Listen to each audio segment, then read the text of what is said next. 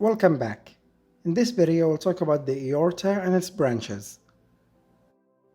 The aorta is divided into thoracic aorta and abdominal aorta. The thoracic aorta is further divided into ascending, the aortic arch, and descending.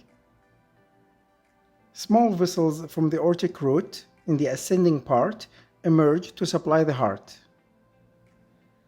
The aortic arch, we have the brachiocephalic artery, the left common carotid artery, and the left subclavian artery.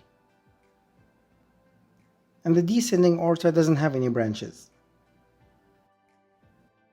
After the descending aorta pierces the diaphragm, it becomes the abdominal aorta.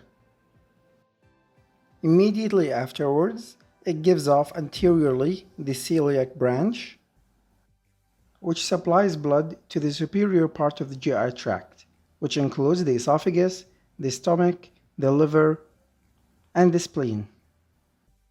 On either side of the celiac branch, we have the inferior phrenic arteries, which supplies the diaphragm, and these arteries gives us the superior suprarenal arteries. Just below the inferior phrenic artery, we have the middle suprarenal arteries.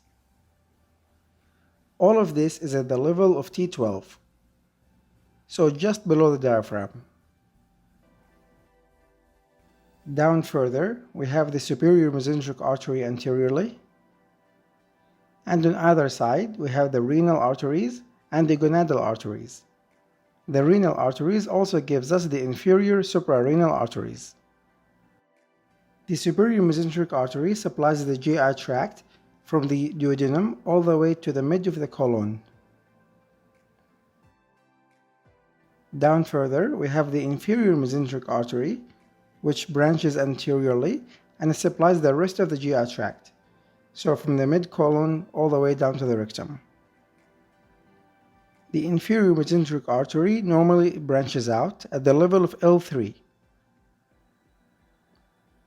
At the level of L4, we have the bifurcation of the aorta, and it branches to give us the right and left common iliac arteries.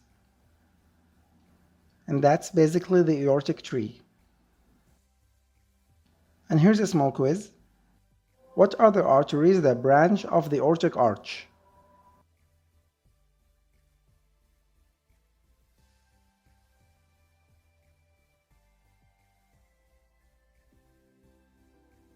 And here are the arteries. Alright guys, that's all I have. Thank you so much for watching, and hopefully this helps.